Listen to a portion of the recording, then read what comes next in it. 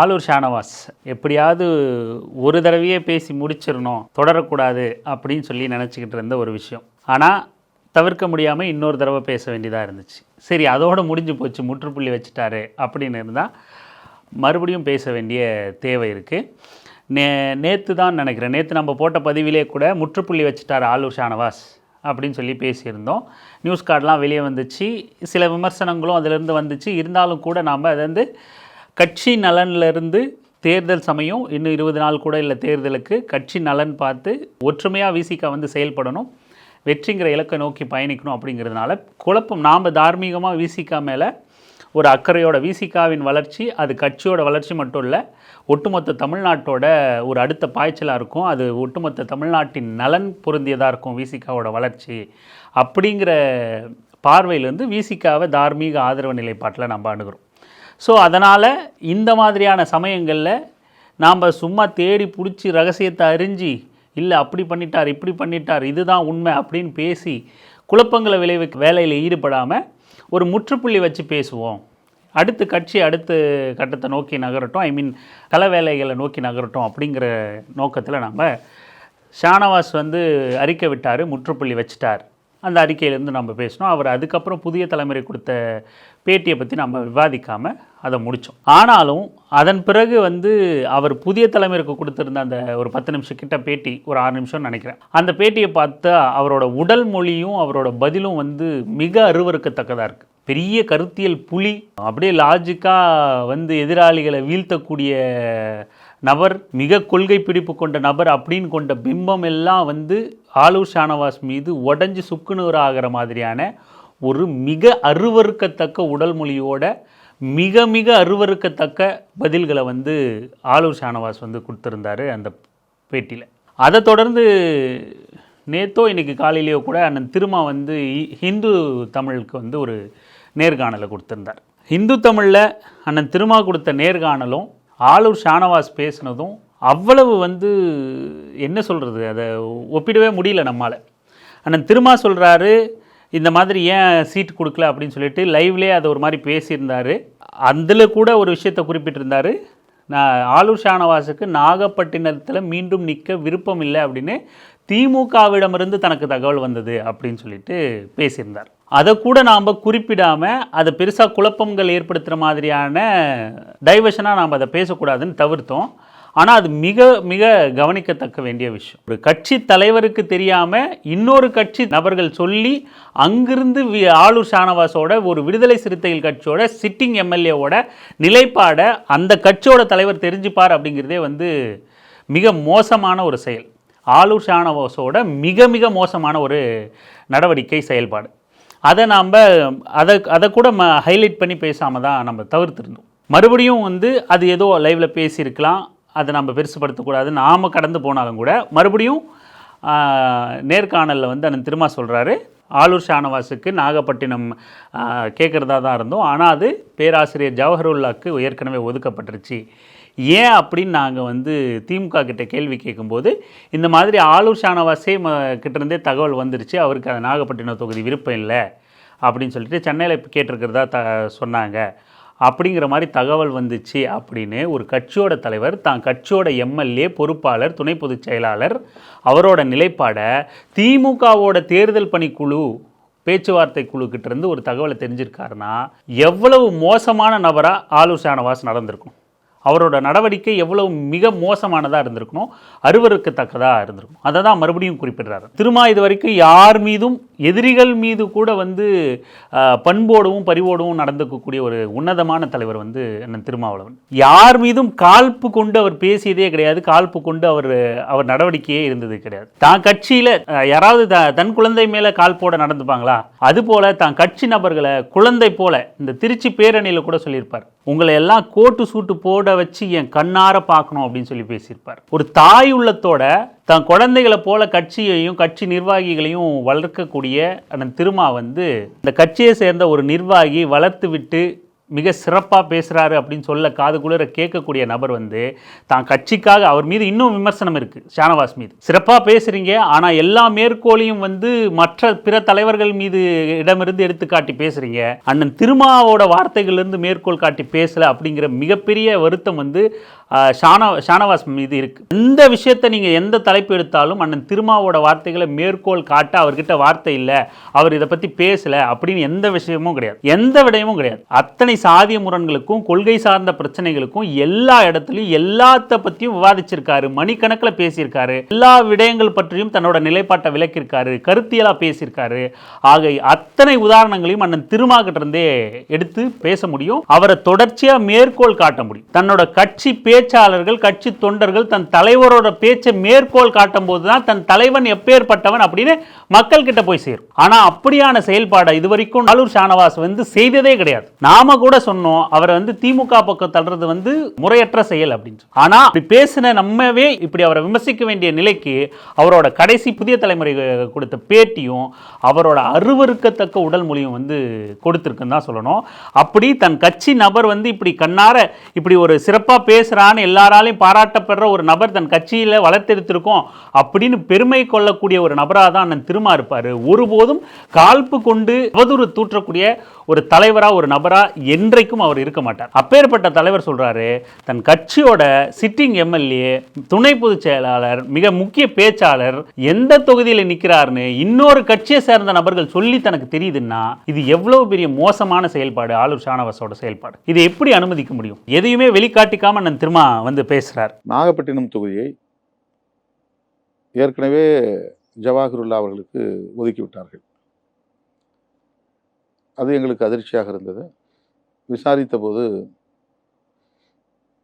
நாகப்பட்டினம் சட்டமன்ற உறுப்பினர் நம்முடைய கட்சியின் துணை பொதுச் செயலாளர் ஷானவாஸ் அவர்கள் தொகுதி மாறி நிற்க விரும்புகிறார் என்று அவர்களுக்கு தகவல் போக, அந்த தகவலின் அடிப்படையில் தான் அந்த தொகுதியை மனிதநேய மக்கள் கட்சிக்கு ஒதுக்கிவிட்டதாக சொன்னார்கள். சரி, ஷானவாஸ் அவர்களே அந்த தொகுதியிலிருந்து வேறு தொகுதி மாற விரும்புகிறார் என்ற நிலையில் நாங்கள் அதை வற்புறுத்தவில்லை. இப்படி நாகப்பட்டினம் அவர் விரும்பல, சென்னையில் நிற்கிறதா ராயப்பேட்டையில் நிற்கிறதா விரும்பி இருக்காரு. அதுவும் கூட இவர்கிட்ட அதை தெரிவிச்சதா கூட அவர் அண்ணன் திருமா வந்து கிளாரிஃபை பண்ணல. அதுவும் கூட அவர் அதை பெருசாக அதை வந்து பூதாகரமாக்க விரும்பாம இப்படி அவர் சென்னையில் நிற்கிறதா கேட்கப்பட்டிருந்துச்சு ராயபுரம். அதற்கு மாறாக சென்னையில் ராயபுரம் தருவதாக சொன்னார்கள்.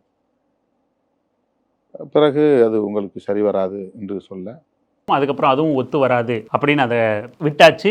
அதுக்கப்புறம் பல்லாவரம் கிடைச்சா அங்கே நிற்கலாம் அப்படின்னு ட்ரை பண்ணோம். ஆனால் பல்லாவரம் கிடைக்கல, பன்ருட்டி தான் கிடைச்சிச்சு அப்படின்னு சொல்லி அதை கடந்து போக தான் முயற்சி பண்ணுறாரு. மறுபடியும் சொல்கிறாரு தன்னோட சுயமான முடிவு தான் வந்து மற்ற நபர்களுக்கும் வாய்ப்பளிக்கணும். கட்சியில் அவ்வளவு நீண்ட நெடிய பயணம் பயணிச்சிருக்காங்க பல தோழர்கள், அவ்வளவு உழைப்பை செலுத்தியிருக்காங்க.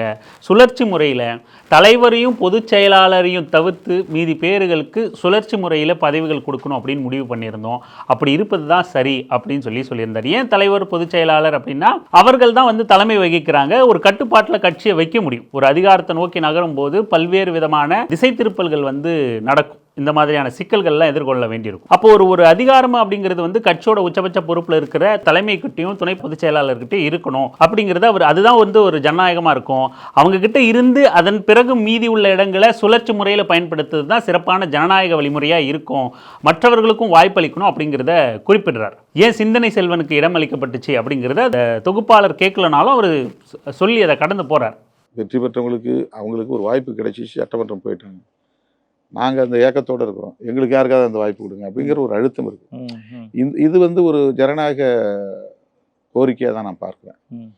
நல்ல பெர்ஃபார்மன்ஸ் பண்ணுறாங்க, அதனால் அவரே போகட்டும் அப்படிங்கிறது வந்து புரோட்டோக்காலில் ஒரு தலைவர் பொதுச் செயலாளர் அந்த மாதிரி முக்கியமான பொறுப்பில் இருக்கிறவங்க அந்த மாதிரியான இடங்களில் தொடர்ந்து இருப்பது அவசியமானது. மற்றவங்களை வந்து நம்ம வந்து ஒரு ரீஷஃபில் பண்ணுறது வந்து ஒரு டெமோக்ராட்டிக் அப்ரோச்சுன்னு தான் அதை ஜனநாயக ஒரு அணுகுமுறையை தான் நான் பார்ப்பேன். இப்படி ரொம்ப பண்பாக தான் அவர் ரொம்ப நிதானமாக ரொம்ப பண்பாக நம்ம வளர்த்த பிள்ளைகள் நம்ம ஆளாக்கி விட்ட பிள்ளைகள் நம்மளை புரிஞ்சிருப்பாங்க, நம்ம எடுக்கிற முடிவுக்கு கட்டுப்படுவாங்க, தலைமையாக அமைப்பாக ஒன்றிணையணும் அப்படிங்கிறத தெரிஞ்சு, அதுவும் மிக முக்கிய பொறுப்பில் இருக்கிறவங்க, கட்சியோட முகமாக இருக்கக்கூடிய நபர்கள்லாம் அதை கண்டிப்பாக புரிஞ்சு நடந்துப்பாங்க அப்படின்னு நம்பி தான் அவர் இந்த மாதிரியான முடிவுகளை துணிஞ்சு எடுக்கிறார். ஆனால் ஷானவாஸோட பிஹேவியருங்கிறது வந்து மிக மோசமானதாக இருக்குது. இதே எஸ்எஸ் பாலாஜி எடுத்துக்கங்க, நம்ம போன பதிவிலையும் பேசியிருந்தோம். ஷானவாஸ் வந்து வெளியே வந்து இந்த மௌனத்தை கலைக்கணும், இதை தவிர்த்து ரொம்ப இயல்பாக பயணிக்க ஆரம்பித்து வேலை செய்ய ஆரம்பிக்கணும். களத்துக்கு போய் யார் அறிவிச்சிருக்காங்களோ அந்த வேட்பாளர்களுக்கு வேலை செஞ்சு இயல்பானதா இந்த களத்தை மாற்றணும். இப்படியான ஒரு இறுக்கத்தை ஆளு ஷானவாஸ் வந்து தொடரக்கூடாது அப்படின்னு பேசியிருந்தோம். இதே எஸ்எஸ் பாலாஜி வந்து நமக்கு தெரிஞ்சு அவர் வந்து இந்த வேட்பாளர்கள் அறிவிப்புக்கு முன்னாடியும் கூட ரொம்ப இயல்பாக ஏற்றுக்கிற மனநிலையில தான் இருந்தார் அப்படின்னு சொல்லிட்டு நம்ம தோழர்கள்லாம் சிலர் சொல்றாங்க. அவர் ரொம்ப இயல்பான மனநிலையில கிடைச்சாலும் திருப்தி சிறப்பாக செய்வோம், கிடைக்கலனாலும் தலைவரோட முடிவை ஏற்றுக்கிட்டு பயணிக்க போறோம் அப்படின்னு சொல்லிட்டு ரொம்ப இயல்பாக அவர் அந்த மனநிலையில் இருந்திருக்காரு. அதே போலவே வந்து வேட்பாளர் அறிவிப்புக்கு பிறகும் கூட அவர் வந்து ரொம்ப இயல்பாக கட்சி பணி ஆற்றாரு, தலைமை நிலையத்துக்கு வராரு, விருப்ப பட்டியல் வாங்குறாரு. இப்படி தொடர்ந்து பிரச்சார வேலைகள், பணிக்குழு வேலைகள் இப்படின்னு தொடர்ந்து அவர் பாட்டுக்கு இயங்கிக்கிட்டே இருக்கார். எந்த ஒரு சலனத்தையும் வெளியே காட்டாம, தனிப்பட்ட ரீதியிலே நமக்கு எல்லாருக்கும் ஒரு ஆர்வம் இருக்கும், ஆசை இருக்கும் தான். ஆனா உச்சபட்சமாக ஒரு இயக்கத்தில் இருக்கும். நாம அந்த இயக்கம் எடுக்கிற முடிவுக்கு கட்டுப்படுற பழக்கம் வேணும். அதுதான் அமைப்பாய் திரள்வோம் அப்படின்னு சொல்லிட்டு புத்தகமே எழுதியிருக்காரு. வாய்கிலேயே பேசுற ஷானவாஸ் வந்து அந்த புத்தகத்தை இது வரைக்கும் படிச்சிருக்க மாட்டார் போல. சமீபத்தில் கூட தமிழ் இசை இவங்க எல்லாம் சந்திக்கும் போது கூட ஒரு பதிவு, முறுவலிக்கும் முரண்கள் அப்படின்னு சொல்லிட்டு தலைப்பு போட்டு, இந்த மாதிரி எதிரிகளை கூட அவர் வந்து பொதுவெளியில் சந்திக்கும் போது ரொம்ப நயமாக நடந்துக்கணும் அப்படின்னு சொல்லிட்டு நினைக்கக்கூடிய நபர், அப்படியே இருக்கக்கூடிய ஒரு நபர். இப்படி இவரோட இந்த தொடர் மௌனத்தையும், இன்னும் சொல்ல போனா இவர் வந்து கூலிக்கு ஆள் வச்சு ஆள் செட்டப் பண்ணி தனக்கு ஆதரவா எழுத வச்ச கேவலமான நடவடிக்கைகள் எல்லாம் ஈடுபட்டிருக்காரு ஆளு ஷானவாஸ். அது நேரடியா திமுக நபர்களுக்கு காசு கொடுத்து எழுத வச்சாரோ, இல்லைன்னா ஐடிக்களை கிரியேட் பண்ணி திமுக முகமுடியோட கொடுத்த ஆட்களை எழுத வச்சு ஒரு அழுத்தம் கொடுக்கலான்னு முயற்சி பண்ணாரோ என்னமோ தெரியல. எவ்வளவுக்கு எவ்வளவு ஜனநாயக பூர்வமாக மிக முதிர்ச்சி அடைந்த நிலையில் பண்பான தலைவனாக அண்ணன் திருமா நடந்துக்கிறாரோ, மிக மோசமான உதாரணமாக ஆளு ஷானவாஸ். இதுவரைக்கும் அவர்கிட்ட இருந்த ஒரு பிம்பத்தை சுக்குநூறாக உடைச்சி போடுற அளவுக்கு அவர் வந்து ஒரு பக்குவப்பட்ட மனிதர், கொள்கைவாதி அப்படிங்கிற பிம்பத்தெல்லாம் சுக்குநூறாக உடைச்சி போடுற அளவுக்கு ஆளு ஷானவாஸோட நடவடிக்கை வந்து மிக மோசமானதா, இழிவானதா இருக்குது. அப்படி திட்டமிட்டு எழுதியிருக்கார். ஆனால் ஒருவேளை வேட்பாளர்களை முன்கூட்டியே, அதாவது திமுகவுக்கு முன்கூட்டியே விடுதலை சிறுத்தைகள் கட்சி அறிவிச்சிருந்தா, இவர் வந்து ரொம்ப சராசரியான அரசியல்வாதிகள் போல கட்சி தாவிற்கு கூட வாய்ப்பு இருந்திருக்க கூடுமோ அப்படிங்கிறது தான் இவரோட செயல்பாடுகள். நம்ம அவரோட நடவடிக்கைகளை பார்க்கும்போது என்ன கூடுது, நிச்சயம் இருந்திருக்கலாம். இப்படியான என்ன நம்ம இவ்வளவு மோசமாக விமர்சிக்கிறோன்னா, அவர் பேசினதை கூட நம்ம கிட்டத்தட்ட ரிவ்யூ பண்ணுற மாதிரி பேசி வச்சுருக்கார்.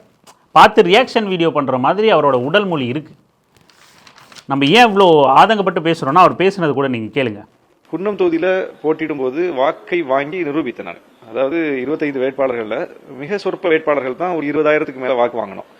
அதில் நானும் ஒருவன் என்கிற அடிப்படையில், அப்போ இவர் வந்து ஒரு பேச்சாளர் மட்டும் இல்லை, ஒரு எழுத்தாளர் மட்டும் இல்லை, கள செயல்பாட்டாளரும் கூட. களத்துக்கு ஒரு கேண்டிடேட்டாக அனுப்புனா இவரால் வாக்குகளை வாங்கி வர முடியும் அப்படிங்கிற நம்பிக்கை அதன் மூலம் தலைவருக்கு வந்துச்சு.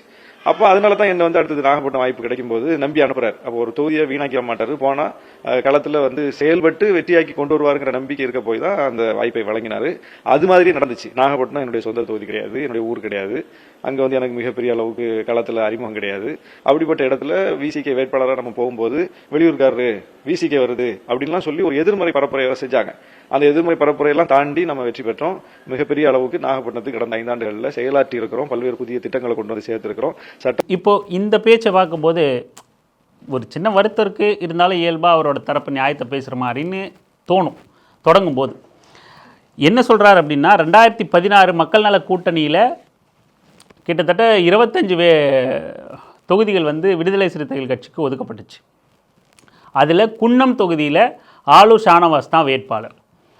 அந்த வேட்பாளரான என்ன ஷானவாஸ் வந்து தோத்துடுறார். ஆனால் 20,000க்கும் கூடுதலான வாக்கு, 20,000 ப்ளஸ் வாக்குகளை வந்து வாங்குறார். 25 வேட்பாளர்களில் 20,000 வாக்குகள் வாங்கின வேட்பாளர்கள் வந்து மிக சொற்பமானவர்கள் தான். அதில் நான் மிக முக்கியமானவன் அப்படின்னு சொல்கிறார். ஏன்னா களவேலை நான் செஞ்சேன் அப்படின்னு சொல்லிட்டு சொல்கிறார். அந்த களவேலையை பார்த்துட்டு தான் மறுபடியும் வாய்ப்பு தரலாம் அப்படின்னு சொல்லிட்டு எனக்கு 2021 வாய்ப்பு தந்தார். அதை நிரூபிக்கிற விதமாக நான் ரொம்ப சிறப்பாக செயல்பட்டேன். அங்கே எனக்கு எதிரான பிரச்சாரம், வெளியூருக்காரன், விசிகாக்காரன் அப்படின்னு பல பிரச்சாரமெல்லாம் முன்வைக்கப்பட்டது. ரொம்ப திறமையாக செயல்பட்டு அந்த பிரச்சாரத்தை முறியடித்து மிக தீவிரமாக செயல்பட்டு வெற்றி அடைஞ்சேன் அப்படின்னு சொல்லிட்டு சொல்கிறாரு. வெற்றி அடைஞ்ச பிறகும் கூட நான் வந்து எம்எல்ஏவாக மிக சிறப்பாக பணியாற்றினேன் அப்படின்னு சொல்கிறாரு. மாற்று கருத்து இல்லை. அவர் தீவிரமாக தொகுதி வேலை செஞ்சுருக்கலாம், மாற்று கருத்து இல்லை. அவர் குன்னம் தொகுதி ஒதுக்கப்பட்டப்போ கூட மிக கடுமையாக உழைச்சிருக்கலாம், மாற்று கருத்து இல்லை. ஆனால் ஒரு முறை 2016 வாய்ப்பளிக்கப்பட்டு தோற்றுட்டீங்க, மறுபடியும் நீங்கள் தோத்துட்டீங்க, நீங்கள் ஒரு அதிகாரத்தை அடையலை, நீங்கள் ஒரு எம்எல்ஏ ஆகலை, ஒரு முறை வாய்ப்பு கொடுத்துட்டு நீ தோத்துட்ட வெளியே போன்னு சொல்லாமல் அந்த மாதிரி பல பேருக்கு நடந்திருக்கு. தோழர் வன்னியரசுக்கு கூட போன தடவை வாய்ப்பு கொடுத்தாங்க, அவர் தோல்வி அடைஞ்சார், இந்த தடவை வாய்ப்பு கொடுத்துருக்காங்க. ஸோ தோல்வி அடைஞ்சிட்டிங்க, ஒரு முறை கூட எம்எல்ஏ ஆகலை, சட்டமன்றம் போகலை அப்படிங்கிற காரணத்துக்காக மறுபடியும் 2021 வாய்ப்பளிக்கிறார். செயல்படுறீங்க. அதே போல் வாய்ப்பை சரியாக பயன்படுத்திக்கிட்டு மிக தந்திரமாக அதாவது திறமையாக செயல்பட்டு வெற்றியும் பெற்றுட்டிங்கன்னு வச்சுங்களேன். இருக்கட்டும், ஒரு முறை எம்எல்ஏ ஆகிட்டிங்கள, இப்போ சட்டமன்றத்தில் போய் ஆளூர் ஷானவாஸை தவிர்த்து அந்த விஷயங்களை வேறு யாருமே விசிகாலேருந்து பேசவே முடியாது அப்படின்னு ஏதாவது இருக்கா? ஒருவேளை டிவி விவாதங்களில் போய் ஷானவாஸ் மாதிரி யாருமே விவாதங்கள் வைக்க முடியாது, வாதங்கள் வைக்க முடியாது அப்படின்னு சொன்னால் கூட ஒரு லாஜிக், ஏதோ ஒரு வகையில் அவர் ஒரு ஸ்டைலில் பேசுகிறார், அவர் மாதிரி யாரும் வாதம் வைக்க முடியாது, ஆக அவர் அனுப்புங்க டிவி சேனலுக்கு அப்படின்னு வேணா கூட சொல்லலாம். அதுலேயும் எல்லாரும் மாற்றி அனுப்பணும். ஒருவேளை அந்த வாதத்துக்காக நம்ம சொல்லணும் அப்படின்னா யாரும் பேசலாம், எல்லாம் கருத்தியல் வலிமை கொண்டவர்களாக இருக்காங்க. விடுதலை சிறுத்தைகளுக்கு கட்சியில் அவ்வளோ பேர் இருக்காங்க. ஸோ சுழற்சி முறையில் அனுப்பலாம். அது டிவி விவாதம், டிஆர்பி ரேட்டுக்கு ஏகப்பட்டது இருக்குது, விடுங்க. ஆனால் ஒரு வகையில் நம்ம அப்படி எடுத்துக்கிட்டோம் அப்படின்னா கூட டிவி விவாதங்களுக்கு அப்படி பேசினா சரியாக இருக்கும். சட்டமன்றத்துக்கு இதே மாதிரியான ஒரு வாதத்தை நம்ம வைக்க முடியுமா? ஷானவாஸ் பேசினாதான்பா அந்த சட்டம் நிறைவேறும். ஷானவாஸுக்கு மட்டும்தான்பா அப்படியான ஒரு சட்டம் இருக்கிறதே தெரியும். ஷானவாஸுக்கு மட்டும்தான்பா அந்த பிரச்சனை குறித்தே பேச தெரியும். சட்டமன்றத்தில் ஷானவாஸ் பேசினாதான் முதலமைச்சர் காது கொடுத்து கேட்பார். இப்படி ஏதாவது இருக்கா?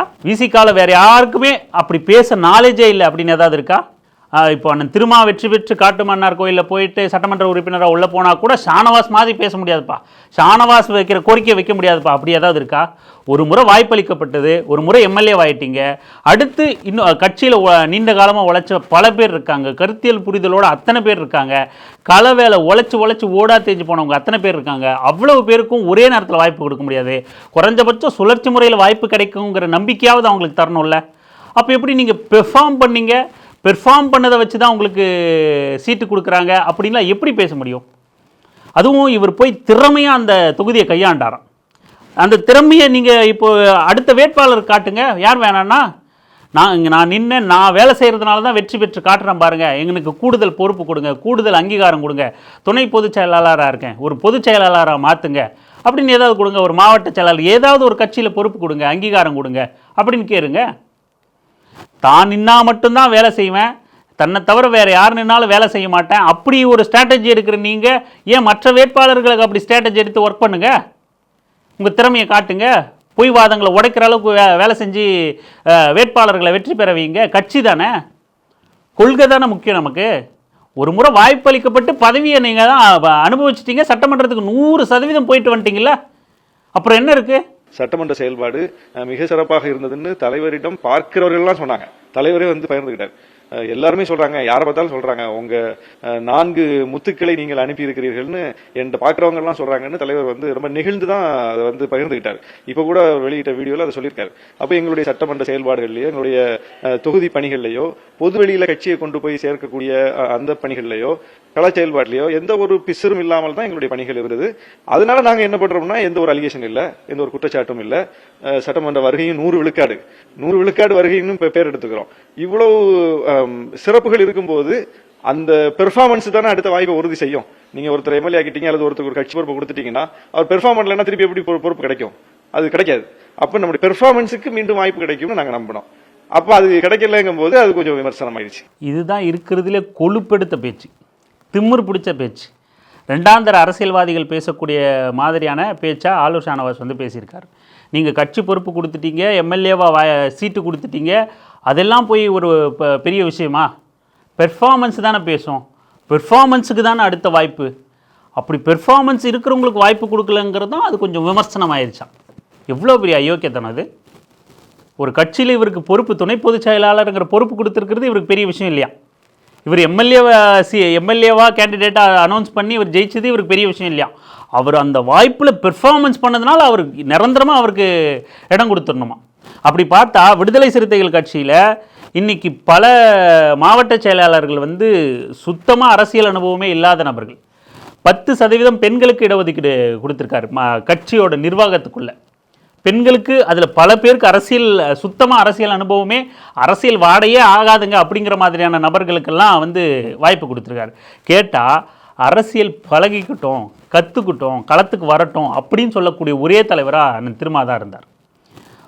ஏற்கனவே இருந்த மாவட்ட செயலாளர்களே சிறப்பாக செயல்படுறாங்கப்பா, அவங்க பெர்ஃபார்மன்ஸ் சூப்பராக இருக்குப்பா அப்படின்னு சொல்லிட்டு அவங்களே உட்கார வச்சிடலாமா? அதில் அவங்களே அப்படி பண்ணால் கட்சி வளர்ந்துருமா? கட்சியை அடுத்த ஆளுங்கட்சியாக நகர்த்தணும்னு நினைக்கிறோமே, எல்லா மக்களும் ஏற்றுக்கக்கூடிய அளவுக்கு கட்சியை நகர்த்தணும்னு நினைக்கிறாங்களே, அது சாத்தியப்பட்டுருமா? இருக்கிறவங்ககிட்டயே நிர்வாகத்தை ஒப்படைச்சாலோ, அதுக்குள்ளேயே நிர்வாகத்தை சுருக்கி வச்சாலோ, இல்லை புதுசாக வர்றவங்களுக்கு இப்போ திமுக இது விஜய் மாதிரியான கட்சிக்கிட்ட போய் இளைஞர்கள் குவியறதுக்கு காரணம் என்ன? திமுக அதிமுக மாதிரியான கட்சிகளில் இடம் கிடைக்காது. நான் அரசியலை விரும்பலாம், எத்தனை நாளைக்கு வெறுமனே அரசியலை விரும்பியே நம்ம சுற்றிக்கிட்டு இருக்க முடியும்? தேர்தல் அரசியலில் கட்சியில் இணைஞ்சு வெறுமனே கொடி பிடிக்கிறதுக்கு மட்டுமே போய்கிட்டு இருக்க முடியும். எனக்கு ஒரு பொறுப்பு கிடைக்குங்கிற நம்பிக்கை இருந்தால் தானே போக முடியும். அப்போ அந்த நம்பிக்கையை கட்சி இந்த மாதிரியான நிர்வாக ரீதியான பொறுப்புகளை உருவாக்கி அது சுழற்சி முறையில் யாருக்கு வேணாலும் கிடைக்கும் அப்படிங்கிற ஒரு உத்தரவாதத்தை கொடுக்கும்போது தான் இளைஞர்கள் வந்து இயல்பாக வந்து ஒரு நம்பிக்கையில் இன்றைக்கி இல்லைனாலும் அது நாளைக்கு நடக்கும் அப்படிங்கிற ஒரு நம்பிக்கையில் வந்து கட்சிக்குள்ளே வருவான். ஏற்கனவே இருக்கிறான்பா, அவன் இருக்கிற வரைக்கும் கண்டிப்பாக நமக்கு பதவி கிடைக்காது, இந்த மாவட்டத்தில் வேற ஒருத்தனே கோலாச்ச முடியாது, அதுக்குன்னு அந்த நிர்வாகத்தில் இருக்கிற ஒருத்தன் எப்படா சாவானா ஒருத்தன் வெயிட் பண்ணிக்கிட்டு இருக்க முடியும்? அவன் சாகிற வரைக்கும் நமக்கு இந்த கட்சியில் இந்த இடத்துல வந்து பதவி கிடைக்காது, அவன் சாகிற வரைக்கும் காத்துக்கிட்டு இருப்போம். அவனுக்கு எப்போ 50 வயசாகும், 70 வயசாகும், 90 வயசாகும், 100 வயசாகும், எப்படா நீ சாவ, நாங்கள் அடுத்து நிர்வாகத்துக்கு வரணும் அப்படி நான் காத்துக்கிட்டு இருக்க முடியும்? அப்போது ஒரு பொறுப்புள்ள மக்களுக்காக செயல்படுற கட்சி இளைஞர்களை உள்ளே கொண்டு வரணும். இளைஞர்களை உள்ளே கொண்டு வரணும் அப்படின்னா இப்படியான சுழற்சி முறையில் நிர்வாக ரீதியான பொறுப்புகளை உருவாக்கணும். அதே தான் நிர்வாகத்தில் சிறப்பாக செயல்பட்டுக்கிட்டு இருக்கிற ஆட்கள் இருந்துக்கிட்டே இருக்காங்க. கட்சியை நம்பி பெருமளவில் 234 தொகுதியிலையும் நின்று முதலமைச்சர் ஆகிறேன் அப்படின்னு அறிவிக்கிற கட்சியில் விடுதலை சிறுத்தைகள் கட்சி. கூட்டணியோடு பயணிக்கக்கூடிய கட்சி விடுதலை சிறுத்தைகள் கட்சி. அப்போ கிடைக்கக்கூடிய சொற்ப இடங்களில் உழைக்கிற கொஞ்சம் நஞ்சு பேருக்கு சுழற்சி முறையில் வாய்ப்பு கிடைக்குங்கிற ஒரு உத்தரவாதத்தை கொடுக்கணும்ல ஒரு தலைவராக அவர். இவருக்கு பெர்ஃபார்மன்ஸுக்கே வாய்ப்பு கொடுத்துட்டு இருந்தா என்ன பெர்ஃபார்மன்ஸுக்கு அப்புறம் வேறு புது நபர்கள், உழைத்த நபர்கள், உழைஞ்சிக்கிட்டு இருக்கிற நபர்கள் வந்து எப்படி அவங்களுக்கு வாய்ப்பு கிடைக்கும்? இது இந்த உடல் மொழியில் அவர் பேசுறது அப்படின்னு ரொம்ப மிக கேவலமாக அருவருப்பத்தை தூண்டுற விஷயமாக தான் இருக்குது. ஒருபோதும் இவரை நம்ம விடுதலை சிறுத்தைகள் நபர்னே ஒரு சிறுத்தை அப்படின்னு இவரை அங்கீகரிக்க முடியாத மாதிரியான உடல் மொழியோடு அவர் பேசுகிறாரு. ஒருபோதும் நம்ம இதை ஏற்கவே முடியாது. கட்சி தலைவர் என்ன முடிவெடுத்தாலும் அதை ஏற்றுக்கொண்டு தான் நடக்கணும், அதில் வந்து கேள்விக்கு இடமில்லை. ஆனால் வந்து ஒரு வருத்தம் இருக்கு, என்னன்னா நம்முடைய பணிகளில் ஏதாவது பிரச்சனை இருந்தது, அதனால் நமக்கு வாய்ப்பு மறுக்கப்பட்டிருக்கு, நம்ம மேல வந்து ஒரு குற்றச்சாட்டு இருக்கு அதனால நம்ம வாய்ப்பு மறுக்கப்பட்டிருக்கு, நம்ம மேல அலிகேஷன் இருக்கு அதனால நம்ம வாய்ப்பு மறுக்கப்பட்டிருக்கு, கொடுக்கப்பட்ட படியை நம்ம சிறப்பா செய்யல அதுல நம்ம பேர் எடுக்கல சொதப்பிட்டோம் அதனால நம்ம வாய்ப்பு மறுக்கப்பட்டிருக்கு அப்படின்னு வாய்ப்பு மறுக்கப்பட்டதற்கான காரணங்கள் இருந்துச்சுன்னா மனசு ஏத்துக்கும். வாய்ப்பை மறுப்பதற்கான காரணங்கள் எங்க தரப்புல இருந்து எதுவும் இல்லைங்கிறத தலைவரே உறுதிப்படுத்திட்டார். ஆனா இன்னொருத்தருக்கு வாய்ப்பு கொடுக்கணுங்கிறதுக்காகத்தான் இந்த வாய்ப்பை மறுத்தோம்னு அவர் ஒரு விளக்கம் கொடுத்திருக்காரு. எதுவாக இருந்தாலும் நம்ம ஏற்றுக்கிட்டு தான் போகணும். இதுவும் பெரிய பருப்பு மாதிரி தான் பேசியிருக்காரு. எங்கள் சைடில் ஒரு மிஸ்டேக்கும் இல்லை, அப்புறம் ஏன் எங்களை வந்து தூக்குனீங்க? அவர் தான் முதல்ல இருந்து கட்சியோட எல்லா நிலைகளிலுமே அவர் அதானே சொல்கிறார், எல்லாருக்கும் வாய்ப்பு தரணும் அப்படின்னு தானே சொல்கிறார். இன்னும் சொல்லப்போனால் பல தேர்தல்களில் நாடாளுமன்ற தேர்தலில் கூட நான் நிற்காமல் இவங்களை நிற்க வச்சிடணும்னு கூட பல தடவை பேசியிருக்கேன். அந்த மாதிரி விவாதங்கள் எழுந்திருக்கு, பல நெருக்கடிகள் எனக்கு ஏற்பட்டிருக்கு. பல மூத்த தோழர்கள் எங்களுக்கு சீட்டு வேணும்னு கேட்கும்போது எனக்கு வேண்டாம், நான் இங்கே இருந்துடுறேன், நீங்கள் போய் நாடாளுமன்றத்தில் பேசுங்க, நான் நிற்கலை, நீங்கள் நில்லுங்க அப்படின்லாம் கூட பல தடவை சொன்னதாக திரும்ப வந்து பேசியிருக்கார். அப்படி அவர் வந்து பதவியை பெருசாக விரும்புகிற நபரும் கூட தன்னோட இடத்த கூட இன்னொருத்தருக்கு கொடுக்கணும்னு நினைக்கக்கூடிய ஒரு நபர் தான். அப்படியான நெருக்கடிகள் இருக்குது அப்படிங்கிற கட்சி தான் அந்தளவுக்கு தலைவரையே நிற்க விடாமல் இன்னொருத்தருக்கு சீட்டு கொடுக்குற அளவுக்கு நெருக்கடி இருக்காங்க. சும்மா சீட்டு கேட்குறாங்கிறதுல அவ்வளவு நபர்கள் வந்து உழைப்பாளர்கள் இருக்காங்க, கட்சிக்காக தங்களை அர்ப்பணித்தவர்கள் இருக்காங்க. அப்படி நெருக்கடிகள் இருப்பது தெரிஞ்சும் கூட இவர் பெர்ஃபார்மன்ஸ் பண்ணிட்டதுனால எங்களுக்கு மனசு ஏற்றுக்கலைங்க அப்படின்னா என்னது இது? எப்படி இதை நம்ம இவரை விடுதலை சிறுத்தைகள் கட்சியை சார்ந்த ஒரு நபரை கட்சிக்குள்ளே இருக்கும்போதே இப்படியா நம்ம விமர்சிப்போம் அப்படின்னு ஒருபோதும் நினச்சதில்லை. அதுவும் இவ்வளவு முக்கியமாக பிரபலமான முகத்தை விடுதலை சிறுத்தைகள் கட்சியை சார்ந்தவர் இவர் அப்படின்னு பரவலாக தெரிஞ்ச ஒரு நபரை இவ்வளவு கடுமையாக நம்ம எடுத்து வச்சு விமர்சிச்சுட்டு இருப்போம் அப்படின்னு நாம் ஒருபோதும் நினச்சதே இல்லை. குறிப்பாக ஆளுர் ஷானவாஸை இந்த மாதிரி பேசுவோம் அப்படின்னு சொல்லிட்டு இவ்வளவு முதிர்ச்சியற்ற ஒரு நபரா இவர் அப்படிங்கிறத தான் நம்ம பார்க்க வேண்டியதாக இருக்குது. இவரை நம்ம பார்க்கும்போது இந்த வாய்ஸ் ஆஃப் தமிழ்நாடுன்னு நினைக்கிறேன், அந்த பையன் ஒருத்தன் தன்னை பெரிய பத்திரிகையாளர், எப்படி இந்த ஷாலின் மரியாலாரன்ஸ் வந்து நான் வந்து ஒரு லவடா பத்திரிக்கை யார் நான் ஒரு ஃபேமஸ் ரைட்டர் அப்படின்னு ஒன்று சொல்லிக்கிட்டு அதுவே சொல்லிட்டு தெரியுதோ, அந்த மாதிரி அந்த பையனும் நான் பெரிய பத்திரிகையாளர்னு அவனே சொல்லிட்டு சுற்றிட்டு இருப்பான். அவன் திடீர்னு கொஞ்சம் சப்ஸ்கிரைபர் இருக்குது சேனலுக்கு அப்படின்னு சொல்லிட்டு தன்னை கட்சியில் பெரிய பதவி கொடுத்துருவாங்க. நம்ம யூடியூப் சேனலு பெரிய ஃபேமஸான முகம், நம்ம பெரிய செலிபிரிட்டி ஆகிட்டோம், அதனால் விடுதலை சிறுத்தைகள் கட்சியில் போனதுன்னே நமக்கு வந்து மாவட்ட செயலாளர் இல்லை மாநில செயலாளர் இல்லைன்னா மாநில துணை பொதுச் செயலாளர் ஏதாவது பதவி கொடுத்துருவாங்க. அடுத்த எலெக்ஷனில் நமக்கு எம்எல்ஏ சீட்டு, அப்படியே உடனே எம்எல்ஏ வாங்குகிறோம். அதுக்கப்புறம் திமுக பயங்கரமாக அட்டாக் பண்ணி அமைச்சர் பதவி வாங்குகிறோம். அதுக்கப்புறம் துணை முதலமைச்சர், அதுக்கப்புறம் முதலமைச்சருங்கிற கனவு ரேஞ்சுக்கு அந்த பையன் வந்து கட்சிக்குள்ளே நுழைஞ்சிருக்கான் போல். சேரும்போது அப்படி பவ்யமாக சேர்ந்து கொஞ்ச நாள் தான் நினைக்கிறேன், 1 மாதம் 2 மாதம்னு நினைக்கிறேன், இது ரொம்ப ஷார்ட் டைம். டக்குன்னு வெளியே நான் கட்சியை விட்டு ஏன் விலகினேன்னு வந்து வீடியோ போட்டுக்கிட்டு இருக்கான். கேட்டால் அவனுக்கு பொறுப்பு தரலையாம். நான் வந்து கட்சியில் இப்படியெல்லாம் போகணுன்னு நினச்சேன், எனக்கு மக்களுக்காக சேவை செய்யணும்னு நினச்சேன், பயங்கரமாக நான் வேலை செய்யணும்னு நினச்சேன், அதனால் நான் எனக்கு கட்சியில் பொறுப்பு தரணும், கட்சியில் சீட் தரணும், அதை பண்ணணும் இதை பண்ணணும்னு கனவோடு போனேன். என் கனவு எதுவுமே எனக்கு நிறைவேற மாதிரி தெரியல, அதனால் நான் கட்சி விட்டு வெளியே ஓடி வந்துட்டேன் அப்படின்னு சொல்லிட்டு ஓடி வந்துட்டு எங்கே போனான்னு தான் கேட்கணும். பாஜக கும்பலோட பாஜகக்காரங்களை சக நண்பர்னு சொல்லிக்கிட்டு இருக்கிற சங்கிப்பைய கமநாட்டி பைய சீமான்கிட்ட போய் உட்காந்துக்கிட்டு சீமானை ஆதரித்து பேசிக்கிட்டு இருக்கான் அந்த தற்குறி. இப்படியான நபர்களோட தான் ஆளுர் ஷானவாஸையும் ஒப்பிட்டு பார்க்க வேண்டிய நிலை ஏற்பட்டிருக்கு. இன்னைக்கு கட்சி பொறுப்பில் இருந்தால் தான் நீங்கள் கொள்கைவாதி, கட்சி உங்களை அங்கீகரித்தா தான் நீங்கள் கொள்கைவாதி, பொறுப்பு கொடுத்தா தான் நீங்கள் கொள்கைவாதி, உங்களை கூட்டு போய் எம்எல்ஏ சீட் கொடுத்தா தான் நீங்கள் கொள்கைவாதி, இல்லைன்னா நேராக சங்கிகளுக்கு சொம்பு தூக்க போயிடுவீங்க. இதுதான் உங்கள் கொள்கையா? ஆளை விட்டு ஆதரவாக எழுத வைக்கிறதா கொள்கையா? சீட்டு கொடுக்கலன்னா கட்சிக்கே அழுத்தம் ஏற்படுற அளவுக்கான நடவடிக்கைகளில் ஈடுபடுறதா உங்களோட கொள்கையா? விசிகா மாதிரியான கொள்கையில் தியாகம் பண்ணிட்டு கட்சிக்கு வாங்கங்கிறார். நாங்கள் தியாகம் பண்ணிட்டு தியாக தலைமுறையாக இருப்போம், தியாக தலைமுறையாக இருக்க வாங்க அப்படின்னு கூப்பிட்டுக்கிட்டு இருக்காரு அண்ணன் திருமா. இவர் வந்து இங்கே கட்சியில் பர்ஃபார்மன்ஸுக்கு இடம் இல்லைன்னு கேட்டுக்கிட்டு இருக்காரு. தியாகம் பண்ணணும் அப்படின்னு. அப்போ தான் நம்ம இருக்கிற இன்னைக்கு கட்சி இருக்கிற நிலை மட்டுமே நமக்கு போதாது, கட்சி மட்டும் இல்லை சமூக சூழல், இந்த சமூக சூழலை மாற்றணும் அப்படின்னா தியாக தலைமுறையாக இருக்கணும்னு கேட்குறாரு.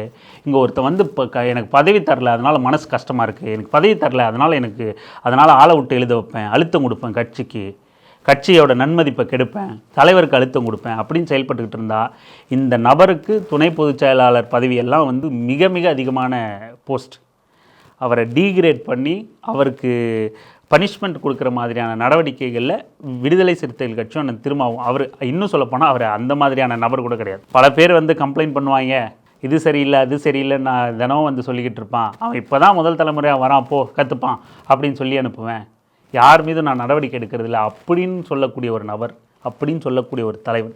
மேபி அப்படி இருக்கிறதுனால தான் இவங்கெல்லாம் வந்து இந்த மாதிரியான கொழுப்பெடுத்து ஆடுறாங்கன்னு நினைக்கிறேன். நம்ம என்ன பண்ணாலும் அவருக்கு நடவடிக்கை எடுக்க மாட்டார், தலைவர் தானே மன்னிச்சிருவார், அதனால் ஒரு கேம் பிளே பண்ணி பார்ப்போம் அப்படின்னு நினைக்கிறாங்க போல். அது பேச்சுவார்த்தை குழுவில் நான் இல்லை, பேச்சுவார்த்தை குழுவில் வந்து இருந்தவர்கள் தலைவரும் பொதுச் செயலாளர்களும் தான். அங்கே என்ன பேசினாங்கிறது நமக்கு தெரியல. நாகப்பட்டினம் வேண்டாம், சென்னையில் ஒரு தொகுதி இருந்தால் சரியாக இருக்கும்னு தலைவர்கிட்ட சொன்னது உண்மைதான். உயர்நிலை குழுவிலேயே இந்த பேச்சு வந்துச்சு, எந்தெந்த தொகுதிகள் கேட்கலாம் அப்படின்னு சொல்லும்போது நான் உயர்நிலை குழுவில் வலியுறுத்தினேன், சென்னையில் ஒரு தொகுதி கேட்கலாம், அல்லது ஆம்பூர் கேட்கலாம், சென்னையிலே பல்லாவரம் கேட்கலாம் அப்படின்லாம் நம்ம வந்து குறிப்பிட்டு தான் சொன்னோம். அப்போ தலைவர் குறிச்சிக்கிட்டு அவங்க குழுவில் பேச போகிறது அவங்க தானே, நம்ம போய் பேச முடியாது இல்லையா. பேச்சுவார்த்தையில் நான் இல்லை, தலைவர் பொதுச் செயலாளர்கள் தான் இருந்தாங்க, நான் இல்லை, அங்கே என்னென்ன தெரிஞ்சாங்கன்னு எனக்கு தெரியல அப்படின்ட்டு அவரோட உடல் மொழியே வந்து எவ்வளவு கேவலமாக. இதுக்கெல்லாம் நம்ம திரும்ப திரும்ப விளக்கம் கொடுக்க விரும்பலை. எவ்வளவு இழிவாக இவர் நடந்துக்கிறார் அப்படிங்கிறது தான் நம்ம இந்த இந்த இந்த அவரோட உடல் மொழியிலேருந்து பார்க்க வேண்டியதாக இருக்குது. உண்மையை சொல்லணும்னா எல்லாத்தையும் நீங்கள் பெரிய பெரிய மனசெல்லாம் விட்டுட்டு அண்ணன் திருமா வந்து இந்த மாதிரியான நபர்கள் மீது நடவடிக்கை எடுக்கணும். அவர்கள்கிட்ட இருக்கிற சொல்லப்போனால் நம்ம முன்னாடி சொல்ல வந்தோம்னு நினைக்கிறேன். இந்த திமுகவுக்கு பிறகு வந்து வேட்பாளர்களை அறிவிச்சிருக்காரு அண்ணன் திருமா. ஒருவேளை அதுக்கு முன்னாடி எல்லாரும் வேட்பாளர்களை அறிவிக்கிறதுக்கு முன்னாடி இவர் வேட்பாளர்களை அறிவிச்சிருந்தா இவர் கட்சி கூட மாறி இருப்பார் போல். அந்த பையன் யூடியூபர் வந்து பதவி கொடுக்கல, எனக்கு சிஎம் போஸ்ட் கொடுக்கலன்னு வெளியே வந்தான் பார்த்தீங்களா, அந்த மாதிரி இவர் எனக்கு எம்எல்ஏ போஸ்ட் கொடுக்கலன்ட்டு இவர் வேறு கட்சிக்கு போய் சேர்ந்திருப்பார் போல இருக்குது. இவ்வளவு சீப்பாக இருக்காரு அப்படிங்கிறது ஏற்றுக்க முடியாத விஷயமா இருக்குது. நாகப்பட்டினம் வேண்டாம்னு சொன்னது உண்மை. ஏன்னா நாகப்பட்டினம் இங்கேருந்து போயிட்டு வர்றதுல சிரமங்கள் இருக்குது. சென்னையில் நம்ம இருக்கும்போது இன்னும் கொஞ்சம் நம்ம அந்த பொதுவெளியில் கருத்துருவாக்க தளத்தில் நம்ம செயல்படுவதற்கு வசதியாக இருக்கும். அந்த சட்டமன்ற பணியையும் நம்ம ஃபோக்கஸ்டாக ஒர்க் பண்ணுறதுக்கு வசதியாக இருக்கும், வாய்ப்பாக இருக்கும். அது நம்முடைய இந்த லைம்லைட்டுக்கு அது கொஞ்சம் உதவும் என்பதனால் சென்னையில் ஒரு தொகுதி கிடைத்தா சிறப்பாக இருக்கும்னு விரும்பியது உண்மை. ஆனால் பேச்சுவார்த்தை குழுவில் அது வந்து கிடைச்சிதா கிடைக்கலையா, அதை உறுதிப்படுத்தினாங்களா இல்லையாங்கிறது அந்த குழுவில் இருந்தவங்களுக்கு தான் தெரியும். அது எனக்கு தெரியலை. மொத்தத்தில் இந்த மாதிரியான நெருக்கடிகள் வந்து மீதம் இருக்கிற தோழர்கள் வந்து புரிஞ்சுக்கணும். இந்த மாதிரியான நெருக்கடிகள் என்ன மாதிரியான சூழலை உருவாக்குது, ஏன் அண்ணன் திருமா வந்து அமைப்பாய் திரளணும் அப்படின்னு பேசிக்கிட்டே இருக்காரு. நாம் இன்னும் அமைப்பாகலை, அதை நம்ம ஏற்றுக்கணும், அதுதான் உண்மை. அதனால் நம்ம அமைப்பாய் திரள வேண்டிய கட்டாயம் இருக்குது, அந்த ஒழுங்குக்கு நாம் வரணும் அப்படின்னு பேசிக்கிட்டே இருக்கார். இன்னி வரைக்கும் தினந்தோறும் பேசிக்கிட்டே இருக்கார்.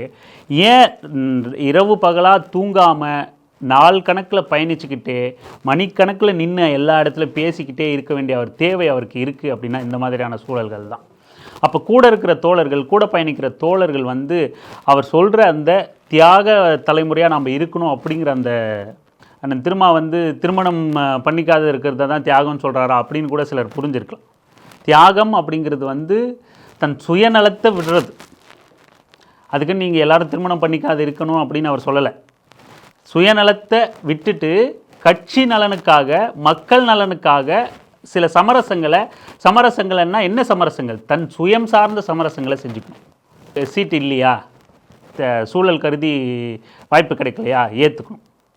பதவி கிடைக்கலையா, ஏற்றுக்கணும். இது எல்லாம் தாண்டி கட்சி பதவி, நிர்வாக பதவி, எம்எல்ஏ சீட்டு, எம்பி சீட்டு, இது எல்லாம் தாண்டி விசிகா மாதிரியான கட்சிகள் செயல்படுறது மக்கள் தளத்தில் வந்து ஒரு மாற்றத்துக்கான ஒரு செயல்பாட்டில் தான் அவங்க ஈடுபட்டுக்கிட்டு இருக்காங்க. அந்த மாதிரியான இலக்கு கொண்டு செயல்படணும்.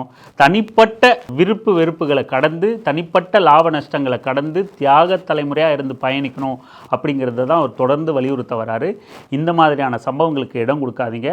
இந்த மாதிரியான நபர்கள் வளர்ந்து விடாமல் பார்த்துக்குங்க. இது மாதிரியான புது நபர்கள் வந்து விடக்கூடாது. ஆதவர்ஜுனா ஒரு பாடம், வெளியிலேருந்து வந்து போன ஆதவர்ஜுனாங்கிற வளர்ந்து கட்டவன் ஒரு பாடம் அப்படின்னா, ஆலு ஷானவாஸ் போன்ற நபர்களும் ஒரு பாடம் விசிகா கட்சிக்கு எச்சரிக்கையாக இருக்கணும் அப்படிங்கிறது தான் சொல்ல கடமைப்பட்டிருக்கோம். நன்றி.